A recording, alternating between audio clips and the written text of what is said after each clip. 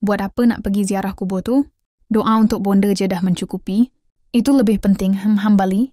Dah boleh mula kerja kat sini ke bang? Yalah, orang ada ilmu. Mestilah kena manfaatkan untuk rumah.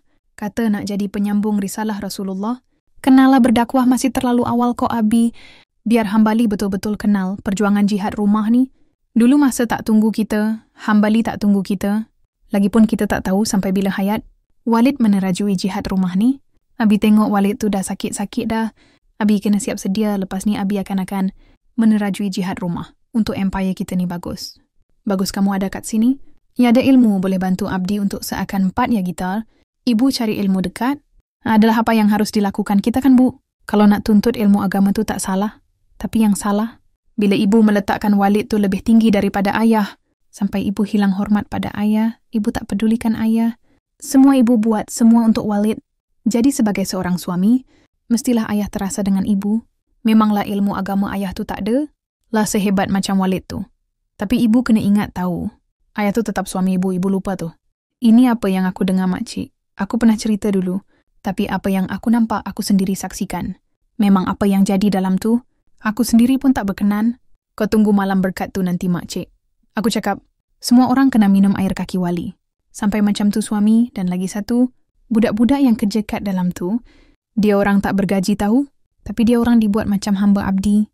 Tapi aku rasa benda tu masih okey lagi. Sebab nama pun berkhidmat kan. Dia orang kat dalam tu pun makan minum, tempat tinggal pun tanggung. Habis tu perempuan macam mana pula kahwin? Dialah yang muda-muda dikahwinkan dengan ahli, yang tua-tua dijadikan bini kedua, bini ketiga. Tak terseksa ke macam tu. Tapi apa yang Walid lakukan itu sudah.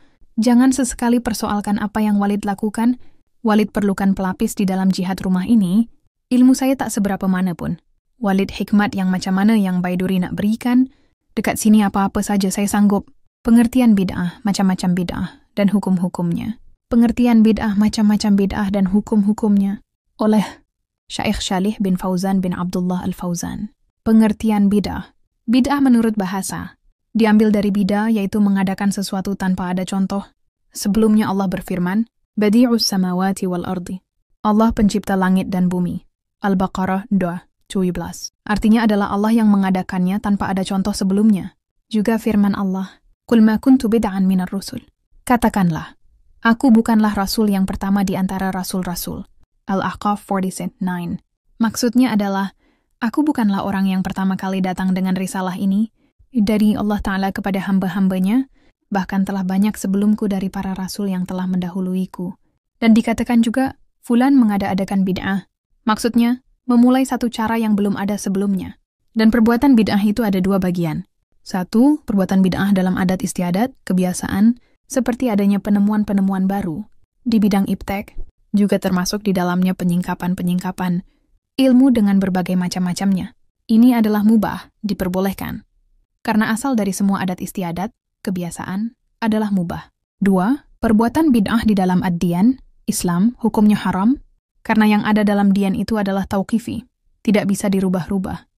Rasulullah Shallallahu Alaihi Wasallam bersabda, barang siapa yang mengadakan hal yang baru, berbuat yang baru, di dalam urusan kami ini yang bukan dari urusan tersebut, maka perbuatannya ditolak, tidak diterima. Dan di dalam riwayat lain disebutkan, barang siapa yang berbuat suatu amalan yang bukan didasarkan urusan kami, maka perbuatannya ditolak. Macam-macam bid'ah. Bid'ah dalam ad-diyan Islam. Ada 2 macam. 1 bid'ah qauliyah i'tiqadiyah, bid'ah. Perkataan yang keluar dari keyakinan, seperti ucapan-ucapan orang Jahmiyah, Mu'tazilah, dasar Rafidah, serta semua. Firqah-firqah, kelompok-kelompok, yang sesat sekaligus keyakinan-keyakinan mereka. 2 bid'ah fil ibadah, bid'ah dalam ibadah.